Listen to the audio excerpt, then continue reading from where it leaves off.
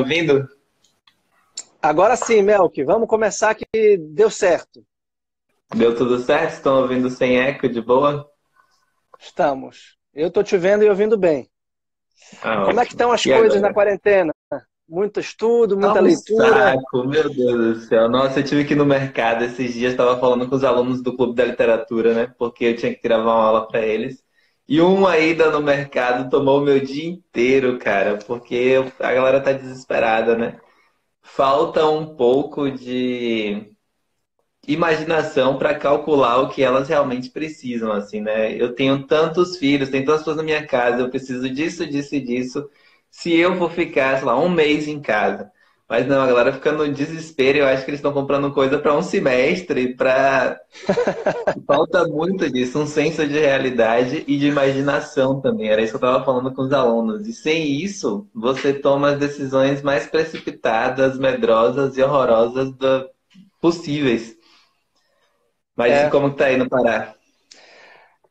Olha, eu acho que está até controlado. Me parece que há lugares com mais agitação, né? Aqui me parece Uhum. relativamente calmo. Eu continuo vindo à universidade, que está, obviamente, com as aulas interrompidas, mas nos lugares em geral, farmácias, postos de gasolina, existe uma movimentação até que razoável. Eu não fui aos supermercados ainda, Aqui já tá mas meio como uma cidade fantasma, embora em Santa Catarina não tenha tido tantos casos até o momento.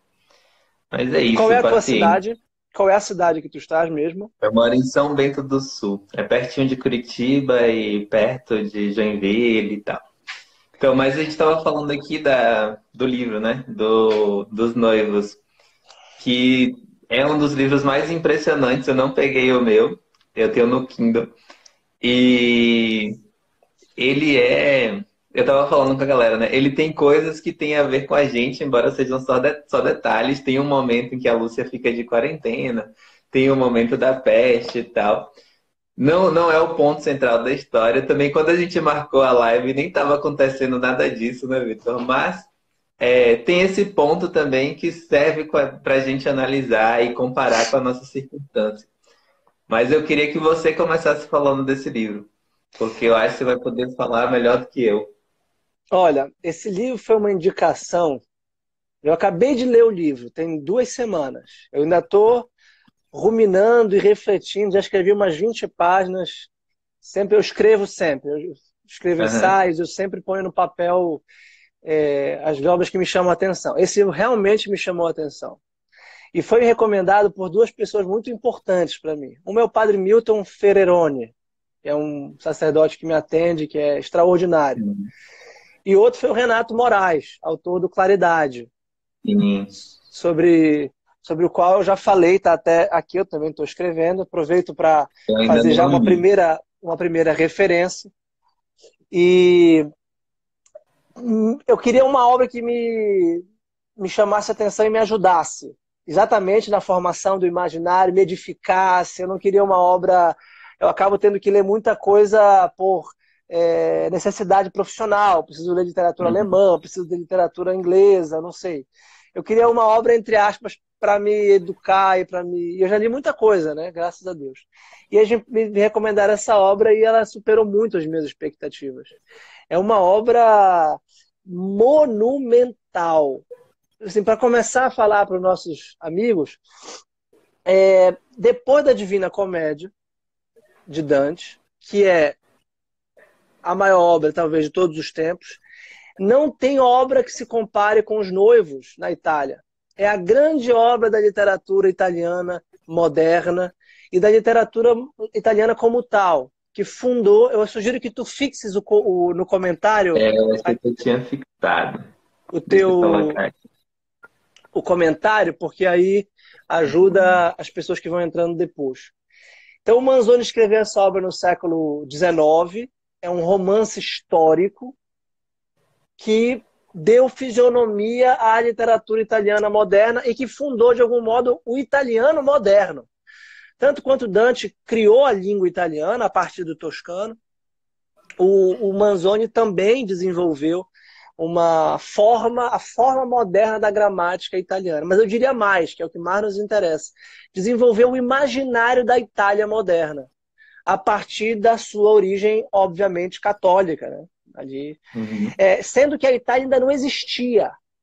Isso aqui é muito importante. O que existiam eram os reinados e os condados e os ducados fragmentados, lembrando que a Itália, assim como a Alemanha, só se unificou no final do século XIX. É um país de unificação tardia. E isso significa que muitos consideraram que o Manzoni estava, de algum modo, fazendo uma leitura alegórica do espírito político da Itália da época.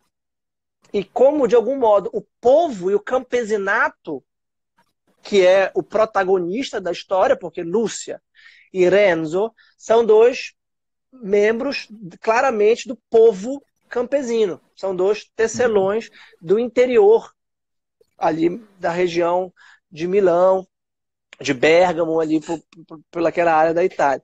Então, é uma obra volumosa, é uma obra extensa, né? Aqui a minha edição são 550 páginas. É uma obra monumental porque traça um panorama histórico, sociológico, econômico e principalmente espiritual e psicológico de vários personagens que são representativos de tipos humanos permanentes. Então, quando a gente fala do povo campesino, do padre da aldeia, do cardeal santo, do poderoso autoritário, egoísta, do monge, do frei, que é devotado aos outros, de uma monja pervertida. São uma série de personagens, ora primários, ora secundários, que no fundo representam a alma humana, né? Possibilidades existenciais. Isso mesmo. Eu trabalhava com alguns italianos, né, numa ONG, e tinha uma coisa impressionante que eles sempre me falavam, que era o seguinte: até hoje parece que a Itália não é um país só. Você vai para lá, meu chefe falava isso direito, você vai para lá, você anda pelas regiões, você fala, cada região parece um povo diferente, uma cultura diferente, a forma de falar é diferente. Todos eles vieram de lugares diferentes, mas todos eram fascinados com a obra do Manzoni, principalmente os noivos. Eles conseguiam se identificar com a obra assim, de uma forma pessoal, mas ao mesmo tempo espiritual também, que mostrava que, apesar de todas essas diferenças, de ser um país de unificação tardia, ele conseguiu retratar a alma humana de uma forma universal, né, o espírito humano de uma forma universal, nesses personagens todos, mas também alguma característica que une esse povo diferente, que liga esse povo diferente. E é uma das coisas que muito me impressiona no Manzoni. Eu não tinha lido o romance até começar a trabalhar com essa galera. E aí, quando eles iam me falando dos noivos, eu falava, pô, eu preciso ler esse romance, preciso conhecer isso de que eles estão falando. E da primeira vez que eu li, e eu acho que é um ponto que vale a pena ser abordado, é que parece que não existem apenas os personagens ali, né? Eles fazem as escolhas dele, eles tomam as decisões, mas tem momentos em que parece que tem uma força que vem de fora. A própria providência ajuda a resolver a circunstância, ou ajuda a guiá-los nas circunstâncias. Tem um momento que, se não me engano, não é o Frei, né? Tem que decidir tirá-los do mosteiro. Eles vão ter que... E eles vão se separar. A grande dúvida que ele fica é, pô, será que eu estou fazendo uma coisa justa com eles, já que eles estão sendo perseguidos por uma pessoa muito mais poderosa? E depois ele entrega nas mãos da providência, com uma fé, assim, admirável. E tenho que tomar uma decisão, mas não posso esquecer da providência. E você vai vendo durante o romance que ela realmente aparece. É algo que eu queria que você falasse, Vitor, também. Claro.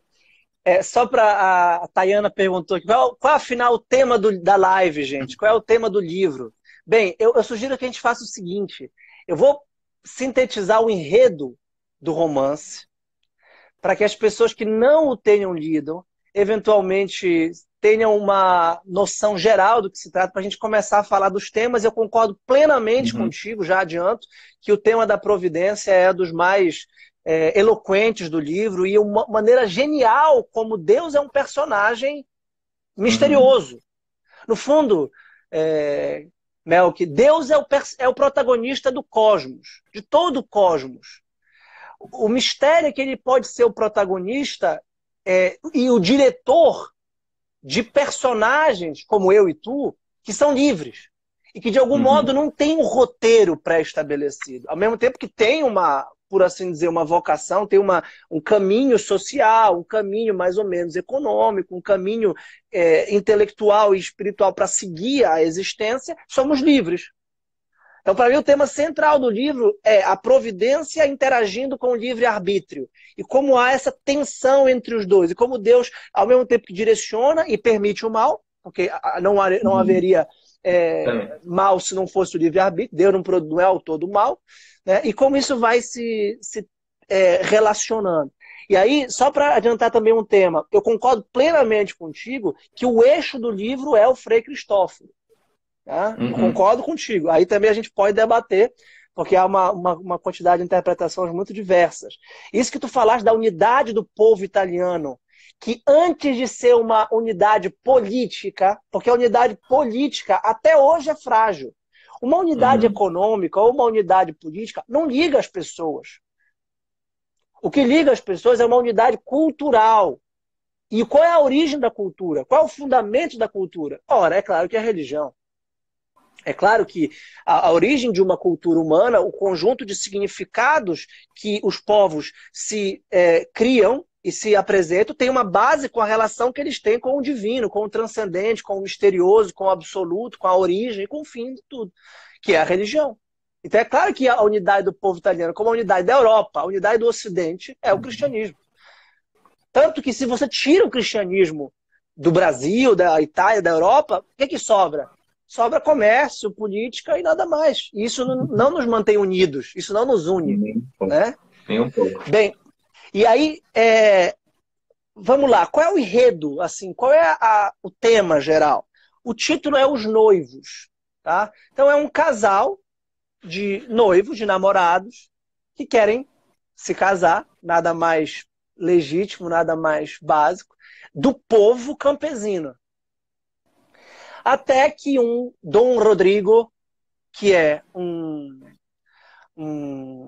senhor espanhol que tem um domínio feudal sobre a região, não por estar apaixonado por Lúcia, mas por ter apostado com um primo que a teria, ou seja, muito mais para ostentar o seu poder do que por amor, isso é importante, diz que vai impedir o casamento e manda 2 capangas para o cura da aldeia, para o padre da vila, não os casar. E os capangas ameaçam o Dom Abônio, que é o padre covarde, que é uma personagem quixotesca, uma personagem um pouco cômica e tíbia e um pouco boba, né? E que tem um papel importante na arquitetura da obra, porque é o contraponto imediato do Frei Cristóforo. O Frei Cristóforo é o franciscano santo, corajoso, que é convertido, e o Dom Abônio é o tíbio. Então a gente tem um piedoso e um tíbio. Eu acho que o Manzoni está querendo mostrar para a gente que tem sempre uma possibilidade de você ser baixo ou alto. Quem é o contraponto imediato de Dom Rodrigo? É o cardeal Borromeu. Né? Então, o poder de uma pessoa mal e o poder de uma pessoa boa. A questão é o que você faz com o que você tem. Então, Dom Rodrigo manda 2 capangas para que o Dom Abônio não os casasse. E a primeira parte do livro é a tentativa deles casarem, que é mal sucedida. E aí, como se não bastasse impedi-los de casar, Dom Rodrigo, de algum modo, os faz saber que os ameaça, faz saber que iria raptar a Lúcia, e o Frei Cristóforo se antecipa e consegue cartas para que eles se hospedem em mosteiros fora da cidade. Lúcia em Monza e Renzo em Milão. Eles saem da cidade, que era uma cidade interior, e viajam. E aí começa essa primeira parte do romance, a fuga da vila. E a fuga da vila é ajudada, então, por dois personagens. A mãe de Lúcia, que é a Inês, ou Agnese, e o Frei Cristóforo. E aí que tá claro que, vejam, Lúcia e Renzo, que aparentemente são os protagonistas, não são os personagens de relevo da história, a meu ver. Uhum. Ao meu ver também. Eles não Eles têm são a coisa personalidades. em que os outros personagens giram em torno deles, mas assim, o que está em tensão mesmo é a alma dos outros personagens. É como se o amor, a união deles fosse chamando os outros personagens a tomar decisões em que, no fundo, é a alma que está em jogo, né? Ou você tender ao mal ou você tender ao bem. E que não é uma coisa também, sim, planificada, bonitinha, não. Tem Não. uma tensão grande em cada uma das respostas. O livro não é de jeito nenhum piegas, não é Uhum. de jeito nenhum linear. É claro que tem um final feliz e muitos o Uhum. criticaram por isso. Tem um final feliz porque é claro que um livro é um livro de apologia cristã, mas é Uhum. muito evidente isso. É um livro de um convertido ao catolicismo e de um homem que tinha muita fé. É muito claro isso para mim, né? De alguém que vê a redenção, de alguém que acredita no bem e no amor. De alguém que acredita que o perdão e o amor é capaz de redimir a humanidade, mesmo nas piores catástrofes políticas, pessoais e, aí vem a atualidade do nosso tema, sanitárias. Porque aqui tem a Exatamente. famosíssima descrição da peste que não é a peste negra do século XIV, mas a peste que assolou a Itália no século XVII. E aqui só um detalhe rápido. O livro é escrito no século XIX, de um acontecimento que teria ocorrido no século XVII, baseado em fatos reais. Então, é um romance histórico, no estilo do Walter Scott. Então, Isso que eu ia falar, quando você compara com o Ivanhoé, você percebe que o Manzoni deu um salto no seu negócio assim alto, impressionante. Não, não tem comparação, né? O Walter Scott não conseguiu trazer para dentro da história, do romance histórico, essa força que mantém a coesão histórica. A história não é só um monte de gente fazendo um monte de coisa, não. Tem um sentido, ou tem alguém maior que vai ordenando as nossas ações, que as nossas ações assim soltas só por elas mesmas não significa que vai chegar em um determinado lugar. Eu posso cuidar dos meus filhos, fazer um monte de coisa, trabalhar pelos meus alunos, você também. Mas assim, é evidente que as coisas se ligam no final por um mistério. Não é só claro. pelas nossas forças, pelas nossas ações, mas tem um mistério que vai ordenando as coisas. E eu acho que falta em outros romances históricos, mas principalmente no Ivanhoé, essa, essa transcendentalidade maior, essa transcendência maior da experiência. Com certeza. A gente considerar, por exemplo, Os Miseráveis, que é um grande livro, sem dúvida, esse livro ainda é melhor que Os Miseráveis. É, Porque com certeza. retratar a penúria do povo, o povo sofre, todos nós sofremos, né?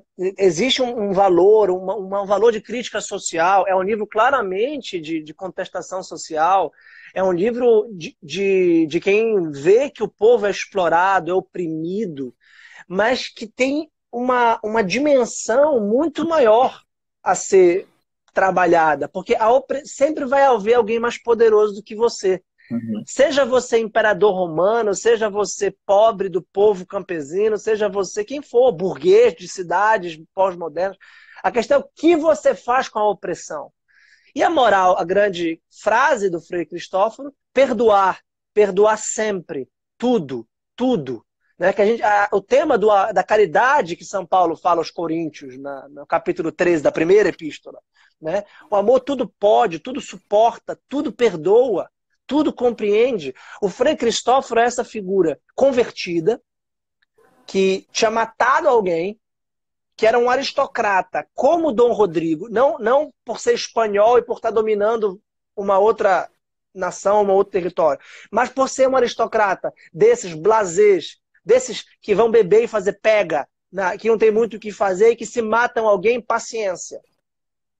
Que se aborta alguém, paciência. Foi só o resultado de um sexo impensado. Então essa pessoa que tem o poder, que simplesmente despreza a existência, que despreza os outros, é contraposta por aquele que, depois de convertido, dá a vida pelos outros. Porque é claro que o Frei Cristóforo vai morrer no leprosário, no lazareto. Ele está pegando a peste. É como se eu fosse salvar vidas agora no coronavírus. Olha, se fosse mortal e se fosse incurável, né? Tem uma Então, outra coisa interessante de você falou da só um ocupação, segundo. né? Se o Dom Abônio é covarde para não enfrentar o Dom Rodrigo, o Frei Cristóforo é corajoso o suficiente para enfrentá-lo, se for necessário. Esse Para enfrentar contraponto, até a peste, até a que, peste, que é mais que no poderosa que final, Dom Abônio, que mais o Dom poderosa do que Rodrigo. o Rodrigo, exatamente. Eu tenho alguns amigos na Itália, como eu falei, e uma das preocupações é aqui a gente está se perdendo por causa da ocupação islâmica. Os muçulmanos têm 8 filhos e a gente tem no máximo dois filhos, né? E aí tinha uns amigos meus que estavam lá e eles têm 5 filhos agora. Se vacilar, já estão no sexto. E aí eles falando, todo mundo olhava pra gente estranho e achava que nós éramos muçulmanos quando via a gente passar na rua. E o momento do livro também é um momento de ocupação, pelo menos naquela região. Eles estão sendo ocupados pelos espanhóis. Mas, como a gente falou no começo, tem um sentido que continua mantendo a comunidade, continua mantendo aquelas pessoas unidas com interesses em comum, que é justamente isso que o Vitor está falando, que no fundo é a religião. A religião não no sentido abstrato, né? Mas na experiência que você tem com outras pessoas que trazem a religião até você, que fazem a religião ser parte da comunidade. Desde o camponês que reza o Ângelus, ao padre, ao cardeal, que está ali tentando manter esta presença nas circunstâncias mais adversas. Então tem algo que a gente pode trazer para a gente também. Principalmente eles lá poderiam trazer para eles, que é manter constante esse valor religioso, mantém constante a unidade da comunidade. Isso, exatamente. E aí, bem, Lucia e Renzo fogem da vila. Lucia vai para um mosteiro em Monza e Renzo vai para Milão. E quando ele chega em Milão, tem toda uma arruaça, uma revolta popular da carestia, da fome e uma revolta pelo preço do pão. E o Renzo, como é um pouco expansivo e um pouco imprudente, ele toma parte de uma manifestação lá e começa a fazer um discurso contra os senhores e começa a se voltar contra a situação econômica e política, a exploração do pão, a inflação do preço, e entra numa confusão e se torna um foragido, um procurado da polícia. E aí ele foge de Milão, foge da cidade de Milão, e aí são centenas de páginas de fundo histórico mesmo, baseados em crônicas da época, não da época do escritor, mas da época do romance, na época da história. Né? E falando assim, parece que é um negócio chatíssimo, mas não. O Manzoni é super engraçado. Ele vai tratar de todos esses fenômenos históricos com uma ironia maravilhosa. Principalmente naquele comecinho, quando ele vai falar dos bravos, do medo do Dom Abonte. É muito, muito, muito engraçado, velho. É, muito. E aí é interessante que o polo da maldade, digamos assim, é transferido dessa primeira parte do livro, cujo polo era Dom Rodrigo, agora vai para o inominado. Esse inominado, aquele, como no Harry Potter, que tem aquele cujo nome não se pode pronunciar, né? O inominado, que então é uma pessoa tão má que não se pode dizer o nome, é um senhor feudal que vive recluso num castelo e que resolve então raptar Lucia do mosteiro. E faz isso não sem a ajuda da famosa monja de Monza, que é uma figura muito enigmática. Ela é uma libertina, ela é uma mulher que continua, e é até lendária essa história na Itália, essa expressão Monza de Monza continua sendo falada, assim, como se fosse um personagem mítico da Itália, que faria surubas e orgias e continuaria uma vida muito luxuriosa e libidinosa, mesmo no mosteiro. ela foi obrigada pelo pai a se...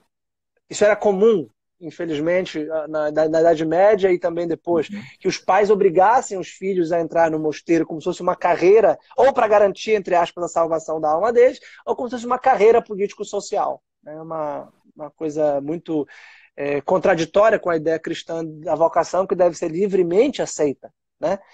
E ela vai para lá. E é muito interessante, porque mesmo essa monja, mesmo essa figura terrível, tem uma sensibilidade. Eu tinha separado aqui um trecho, porque o Manzoni diz, aí eu acho, salvo o melhor juízo, é a primeira vez em que ele fala claramente da providência. A providência não aparece, acho que Deus, a palavra Deus praticamente não aparece na primeira parte do livro. O livro não é dividido em partes aqui, tá? Eu estou dividido com base no Carpo, numa estrutura que eu vi num ensaio do Carpo. Aí ele fala, a providência tem caminhos insondáveis de salvação das almas, e a vocação cristã pode transformar as almas. Nessa figura que é claramente uma figura, por assim dizer, do mal, porque entrega a Lúcia, que estava albergada no mosteiro, para o Inominado. E o Inominado a rapta para o seu castelo. E iria abusar dela, iria sequestrá-la para sempre, enfim, ela ia ficar no castelo desse Inominado. E o Renzo está lá, foragido da polícia em Milão. Tá? Até que, e a gente conclui o enredo na terceira parte do romance, tem o reencontro dos dois, né, no leprosário, em que está o Frei Cristóforo com Lúcia, e Renzo chega e encontra a Lúcia lá no leprosário. Só que tem um problema, que é o clímax final do livro. O livro tem vários clímax. É que Lúcia, no mosteiro, tinha feito uma promessa de consagrar sua virgindade a Nossa Senhora, se ela sobrevivesse. E aí ela tem esse dilema. E o Frei Cristóforo, então, entra numa espécie de reflexão teológica e a libera dos votos da virgindade. Primeiro que talvez esses votos não teriam sido válidos porque ela já estava prometida para casar com o Renzo. Segundo, porque ele teria autoridade eclesiástica para dispensá-la dos votos e permitir que ela casasse, já que, de algum modo, se ela quisesse livremente, enfim. E aí é muito bonito porque eles estão no meio da mortandade absoluta, as pessoas morrendo à torta e à direito, uma pilha de cadáveres cuspindo sangue, e a descrição da peste é dos maiores monumentos literários. A questão o que mais interessante é como é que a gente pode achar uma coisa tão horrenda, tão bela? Como é que a gente pode achar bonita a descrição do inferno, como no caso de Dante? E o Manzoni consegue, com as palavras, não sei como, nos mostrar. E naquele momento, e a peste é o símbolo, ou a metonímia. A gente sabe, no Evangelho a lepra é uma imagem do pecado. Tanto que Cristo perdoa os pecados. E se for o caso, também cura da lepra. Mas a lepra é a lepra espiritual, né? E como a sociedade pode estar tão decrépita, tão pútrida, tão fétida, e todo mundo ali morrendo, e tem um monge, tem um frei, que é o Frei Cristóforo, e esse nome é muito importante. Eu vi que algumas traduções traduzem para Cristóvão. Opa, é outro nome, tá errado. É Cristóforo, exatamente, o portador de Cristo. É aquele que traz Cristo consigo, que no fundo todo cristão é um Cristóforo. Quer falar mais alguma coisa? E aí o Frei Cristóforo pede que Renzo perdoe não só o Dom Rodrigo, mas tudo, sempre, sempre. Então, essa é a moral da história, por assim dizer.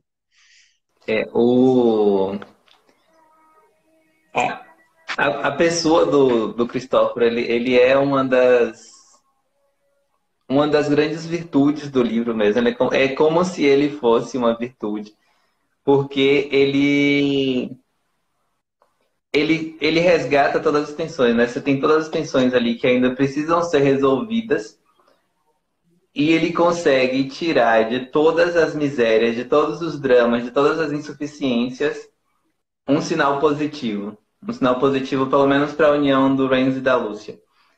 Ele sempre está fazendo isso. Não é aquela pessoa que se abate, que se desanima, porque existe um mal maior avançando. Porque tem que enfrentar um Inominado, porque tem que enfrentar a lepra.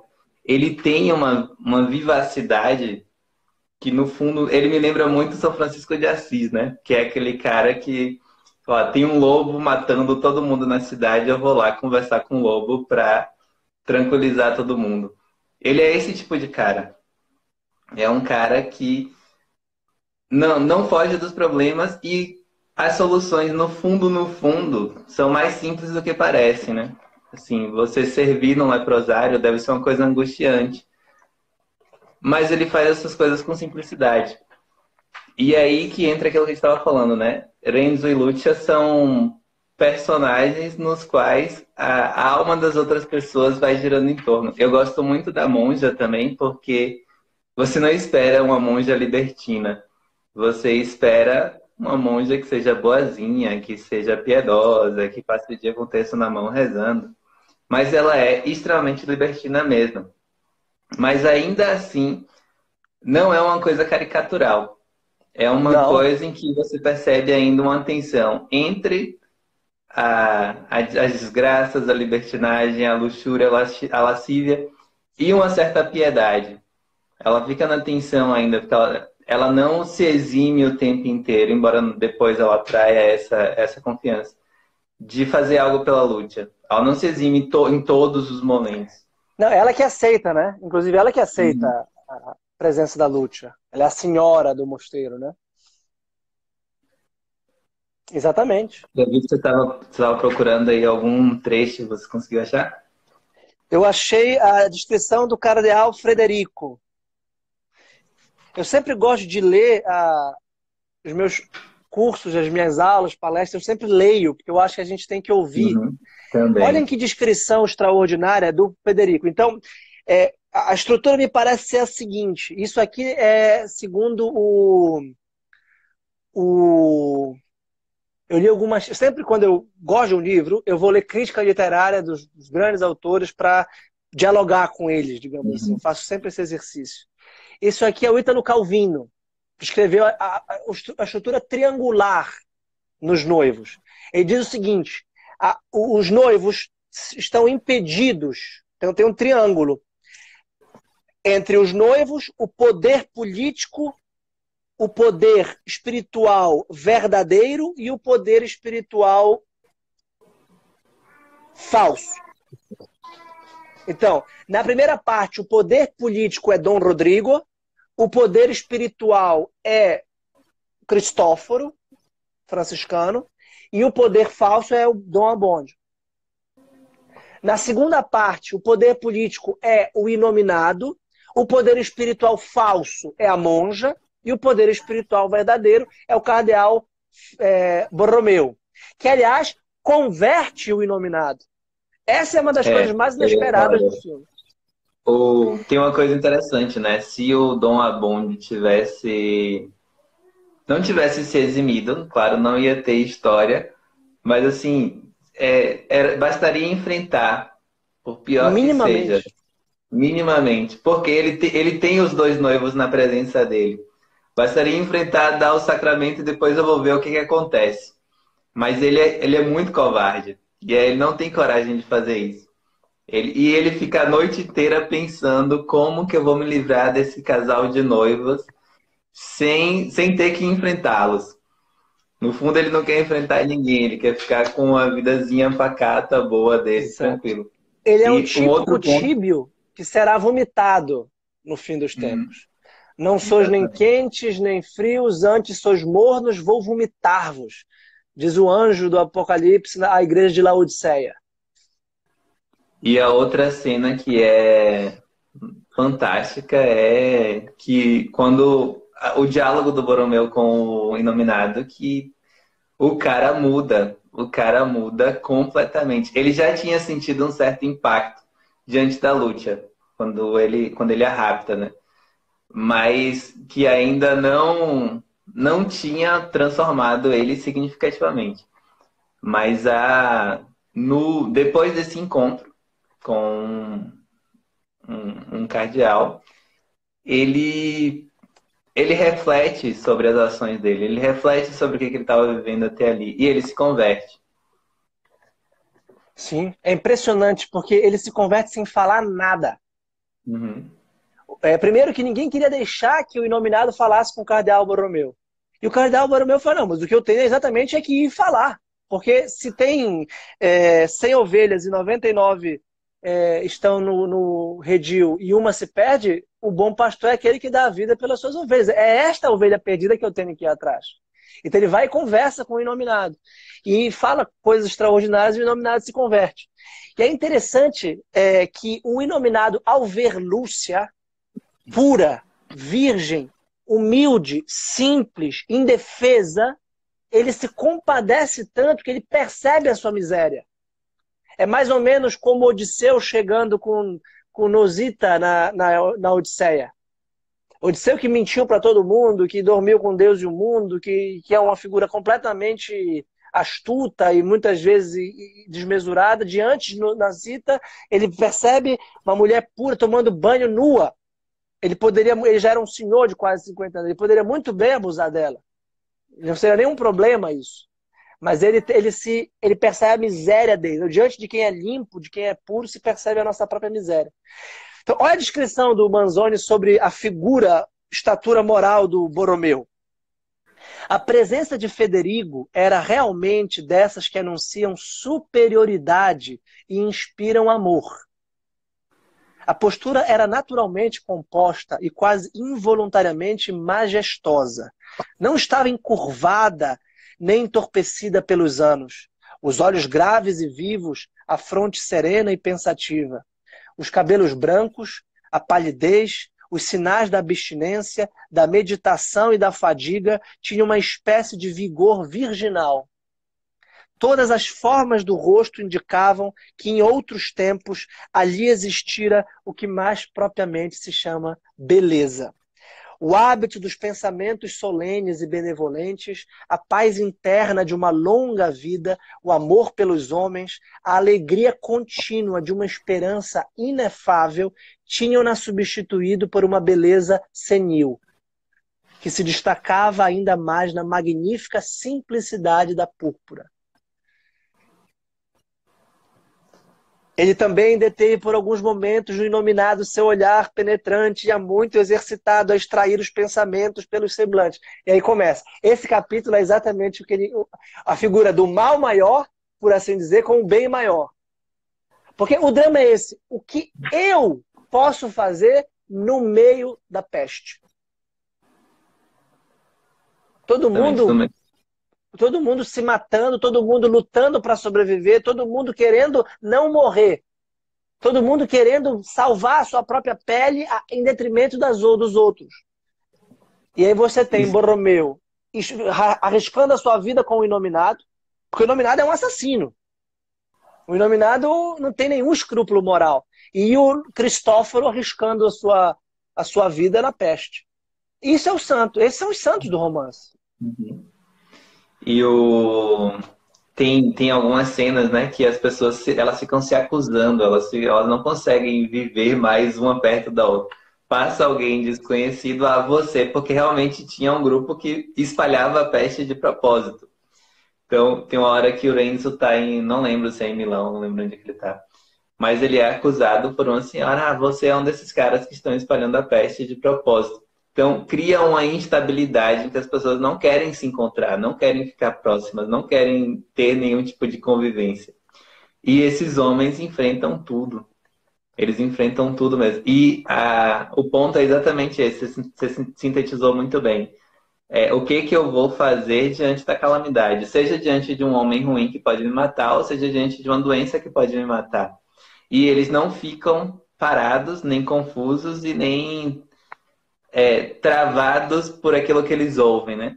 Eles vão até a presença da coisa e a enfrentam. Sabendo como eles são santos, eles sabem que eles podem enfrentar aquilo que tem alguma coisa além daquilo que poderá salvá-los. Claro, e eu acho que o fato de haver 2 convertidos no romance torna a conversão um dos temas do livro. Uhum. O Inominado se converte pelo cardeal Borromeu e por isso entrega a Lúcia. Ele que libera a Lúcia. Uhum. Lúcia não tem força para sair sozinha. E o Frei Cristóforo, ele é convertido, hein? A gente não pode se esquecer disso. Uhum. Eu encontrei e tu disseste a ambiguidade da monja, a senhora. Eu encontrei a passagem belíssima, belíssima. Para mim, isso aqui está no topo da literatura mundial. Tá? Capítulo 10.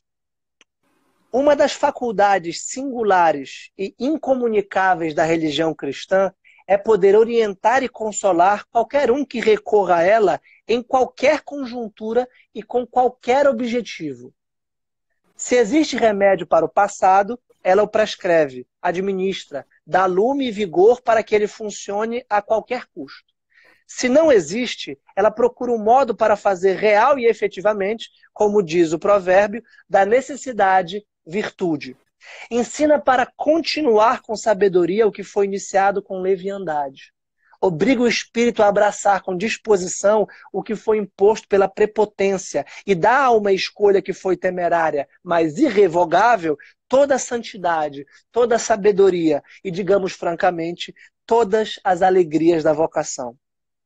É um caminho feito de tal forma que de qualquer labirinto, de qualquer precipício, o homem chegue até ele e dê o primeiro passo, podendo daí em diante caminhar com segurança e boa vontade para chegar alegremente ao final feliz. Com isso, Gertrude poderia ter sido uma monja santa e contente, de alguma maneira, mas a infeliz debatia-se sob o jugo e assim sentia mais forte seu peso e trancos. Uma mágoa incessante pela liberdade perdida, o desgosto com o estado presente, um árduo vagar em busca de desejos que nunca seriam satisfeitos, tais eram as principais ocupações de seu espírito.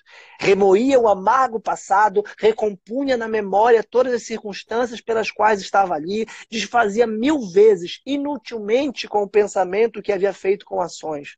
Acusava-se de incapacidade e a outros de tirania e perfídia, e se corroía. Ao mesmo tempo, idolatrava e se lamentava de sua beleza, deplorava uma juventude destinada a se consumir em um lento martírio e em alguns momentos invejava qualquer mulher, de qualquer condição, com qualquer consciência que pudesse livremente gozar no mundo esses dons.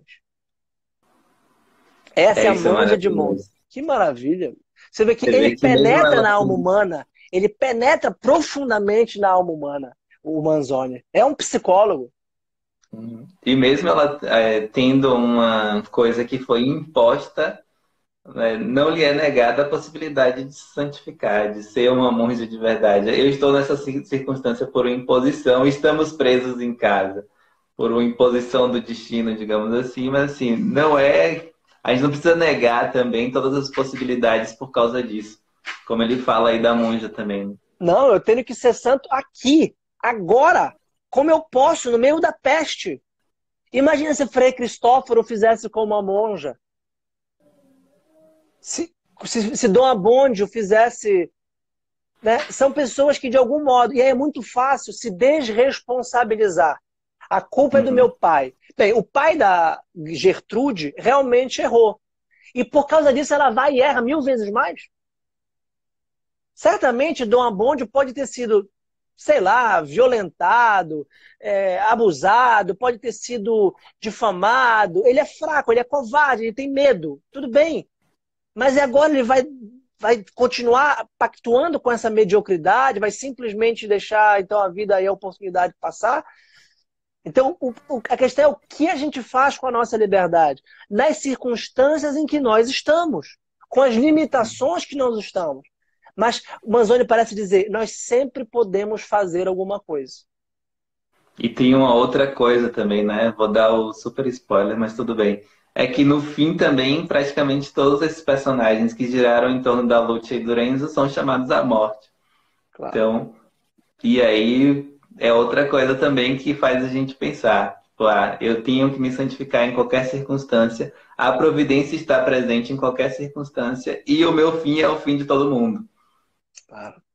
É isso, se colocar diante da morte. Aqui eu lembro sempre de um santo, muitas aspas, O Erasmo de Roterdã falava Sancte Sócrates ora pro nobis, brincando com Sócrates ser um santo avant la lettre, um proto-santo, era alguém que conheceu Logos, segundo dizia Tertuliano e os primeiros padres da igreja. Sócrates foi condenado à morte e disse para o seu tribunal, para os juízes que o julgaram: sinto lhes informar que vocês também estão condenados à morte. Pois é. Você vai morrer, meu filho. É claro que você vai morrer. Agora você vai morrer com dignidade, com honradez, com coragem e cumprindo a sua vocação e fazendo o bem e amando e perdoando. Porque a mesma coisa, olha, a mesma coisa que Sócrates fala, o pior mal que alguém pode lhe fazer é lhe obrigar a fazer o mal. E Sócrates achava que ninguém podia me obrigar a fazer o mal. E por isso dizia, é melhor sofrer o mal do que praticá-lo. Porque se você me der um tapa na cara, isso é mal, você me faz o mal. Mas você não vai me fazer dar um tapa na sua cara. Porque quem empunha a espada, quem usa a espada, pela espada morrerá. Disse Cristo a Pedro quando cortou a orelha de Maicon no Getsemane. Desembainha a tua espada, porque quem usa a espada morre pela espada. E matar pela espada não é bom. Agora, vão te matar. Imagina, para Pedro está pensando, vão te matar. Ele falou, eu sei, Cristo sabia que iria morrer, anunciou isso desde o começo. A questão é que eu não vou matar. Vão me matar, isso eu sei. Isso é mal para mim, mas eu não vou praticar o mal a eles porque eles estão praticando o mal a mim. Então morrer fazendo bem. Na continuação, né, do julgamento de Sócrates, que a gente às vezes para no julgamento de Sócrates, mas depois os alunos de Sócrates fizeram um esquema para ele tentar fugir e se livrar da condenação. Mas ele continua mantendo o pé firme. Não, eu não posso trair essas pessoas. E eu tenho um compromisso com a minha existência que acaba aqui. Eu tenho que enfrentar essa situação, não posso fugir dessa situação. E é maravilhoso aquele diálogo, né, Criton? Porque você vê um cara realmente comprometido com a verdade. Com a verdade, com tudo. É como se ele tivesse realmente visto Logos, o sentido de todas as coisas. Eu concordo plenamente contigo. Eu acho que a morte de Sócrates e a morte de Cristo são o eixo da história ocidental. Não tem a mínima dúvida. Claro, a morte de Cristo em primeiro lugar, óbvio, não dá para comparar. Mas do ponto de vista cultural, são as duas...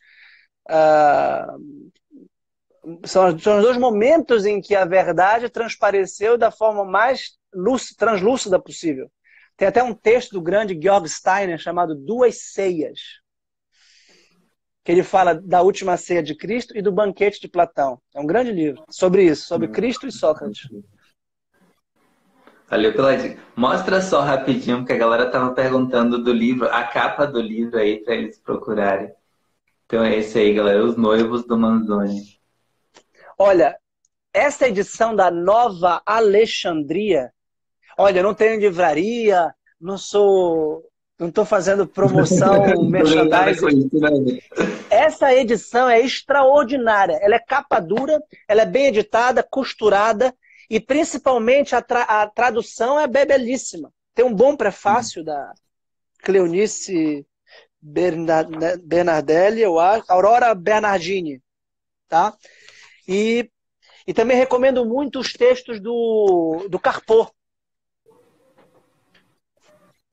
O Carpo, nos Ensaios Reunidos, volume 1 da Top Books, tem 2 ou 3 artigos pequenos sobre o Manzoni, e no volume 2, também dos Ensaios Reunidos, tem 2 textos sobre o Manzoni. O Carpo achava que era o maior romance histórico jamais escrito, e achava que era uma das grandes obras da literatura universal. Só que o Carpo tem uma interpretação, data máxima vênia, com todo o respeito, que eu discordo. O Carpo acha que é um romance que trata da predestinação. Porque o Manzoni era calvinista e teria se convertido para o catolicismo jansenista da Port-Royal. O Pascal era jansenista. Era um cristianismo semi-herético, um catolicismo semi-herético, que enfatizava a ideia da predestinação, com influência calvinista. E o Carpo acha que é um romance da predestinação, que cada personagem está marcado para ser bom ou mal, mas de jeito nenhum que é isso. De jeito Porque, nenhum, né? pelo amor de Deus, aí o Carpo, com todo respeito ao maior crítico da nossa nação, eu acho que não se trata disso, não, porque os bons são bons pelo esforço. E os Uhum. maus são maus livremente, querendo ser maus. E eles enfrentam as tensões. Não é aquela coisa caricatural, né? Porque se fosse uma predestinação, seria meio que caricatural. Você responde as coisas mais ou menos dentro do que está já marcado no seu jogo, nas suas cartas. Mas não, todo mundo tem que dar uma resposta. Eles dão uma resposta livre, como você falou. Eles dão uma resposta que você pensa, eu enfrento a tensão dentro de mim e por causa disso eu dou uma resposta. Até o Dom Abondio faz isso, logo no começo.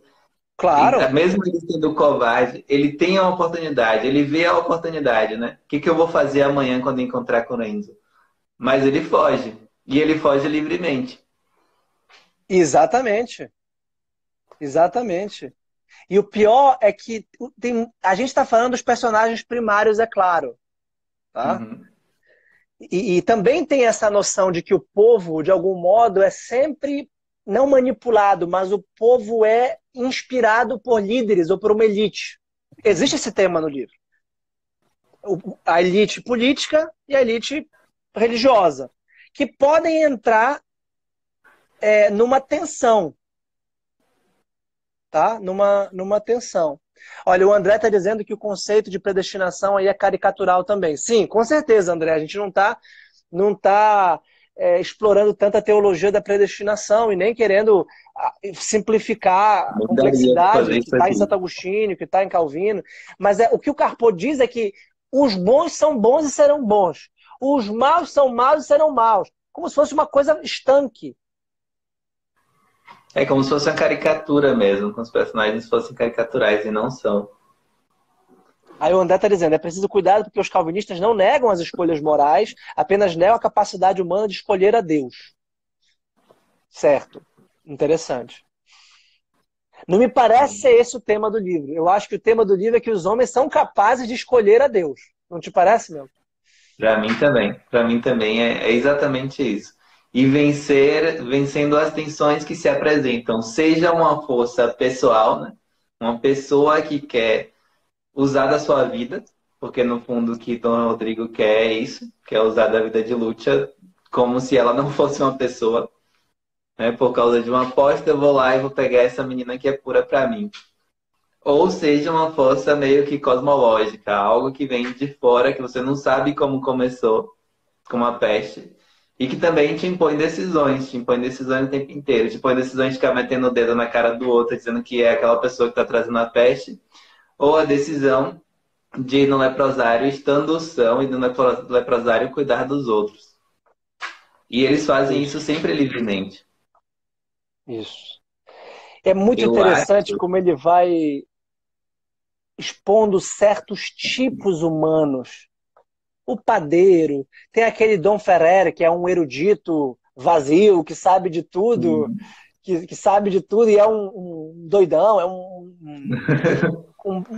lembro de São Paulo, a caridade edifica, a ciência incha, ele é um balofão, É, inchado de conhecimento, mas é a caridade que edifica, ele não tem compaixão nenhuma com ninguém. Tem aqueles políticos de Milão, tem uma figura lá em Milão que é também todo soberbo. Ele vai mostrando isso e costurando isso. E eu acho também que Lúcia e Renzo vão crescendo também. A virtude deles é a paciência e a perseverança. Né? é a A virtude paciência deles. mesmo. E eles realmente vão crescendo. E a relação deles vai amadurecendo, né? Mesmo à distância, porque eles em si vão amadurecendo. Sim, E aí, por isso que o clímax é tão impressionante, porque você quer que eles fiquem juntos, mas você sabe que o voto de Lúcia não é qualquer coisa, né? Ela prometeu a Deus a virgindade. E aí você vive momentos até que o Cristóforo resolve o problema com muita atenção. Você muita. fica, você quer que eles fiquem juntos, não tem como negar isso. E você quer também por perceber que nessa trajetória eles foram ficando como se mais ainda um pertencesse ao outro. Depois de Ah, todos os sim. sofrimentos, é como se eles pertencessem mais ao outro. Isso com certeza. Não é um romance romântico, no sentido de descrever tanto o amor. Não fala tanto dos sentimentos, dos afetos, das paixões de Lucia por Enzo e Renzo por Lucia. Não é o tema do amor esponsal nesse sentido. Mas é claro que eles se amam muito. É claro que eles, a narrativa era mais no toda sentido de pautada nesse escolha amor, né? também. É no sentido de liberdade mesmo, é de viver aquilo na liberdade. Mesmo eles tendo ido para lugares, um distante do outro. Um vai para Monza, um vai para Milão. A busca de um pelo outro é constante e a escolha de um pelo outro é constante. Sem dúvida. Eu Exatamente. queria te agradecer, Vitor, porque daqui a pouco o Instagram vai derrubar a live. Então, muito obrigado. Poxa, foi E ótimo. Foi uma alegria. espero ter outras oportunidades para a gente falar de outros livros, que eu gostei bastante. Bem esclarecedor. Claro. Olha, parabéns pelo teu trabalho. Eu acho que a formação do imaginário é um parceiro do dialético. Meu trabalho é de formação do imaginário. Eu falo de literatura, de filosofia, para ajudar as pessoas. Eu acho que isso realmente ajuda as pessoas a se autoconhecerem, promove o autoconhecimento. Tem uma série de questões morais que nos ajudam a pensar. Quantas vezes nós passamos por isso, né? E, puxa, parabéns pelo teu trabalho, parabéns pelas imagens que tu posta, tão bonitas, tu ajudas tanto a gente a ver a beleza. A beleza salvará o mundo. A gente nem falou de Dostoiévski. Exatamente. Que eu acho Obrigado. Eu que... sou fã do dialético há bastante tempo, então eu não posso falar muita coisa, senão eu vou ficar aqui pagando um pau. Mas assim, o Vitor faz um trabalho há bastante tempo mesmo. Não é um cara que está aparecendo agora. E é um professor incrível mesmo, como vocês viram aqui na live. Então acompanhem o Dialético no YouTube, tem muitos vídeos mesmo. E o trabalho do Vitor aqui no Instagram também. Obrigado. Vamos marcar. Um grande abraço, Mel. Fica com Deus, Pronto. hein? Obrigado, Vitor. Até Obrigado pelo mais. convite. Tchau. Tá, Vou baixar e valeu. colocar no meu canal do YouTube. Pronto, eu vou baixar aqui e te mando lá no WhatsApp. Tá bom, valeu. Tchau. Valeu, até mais.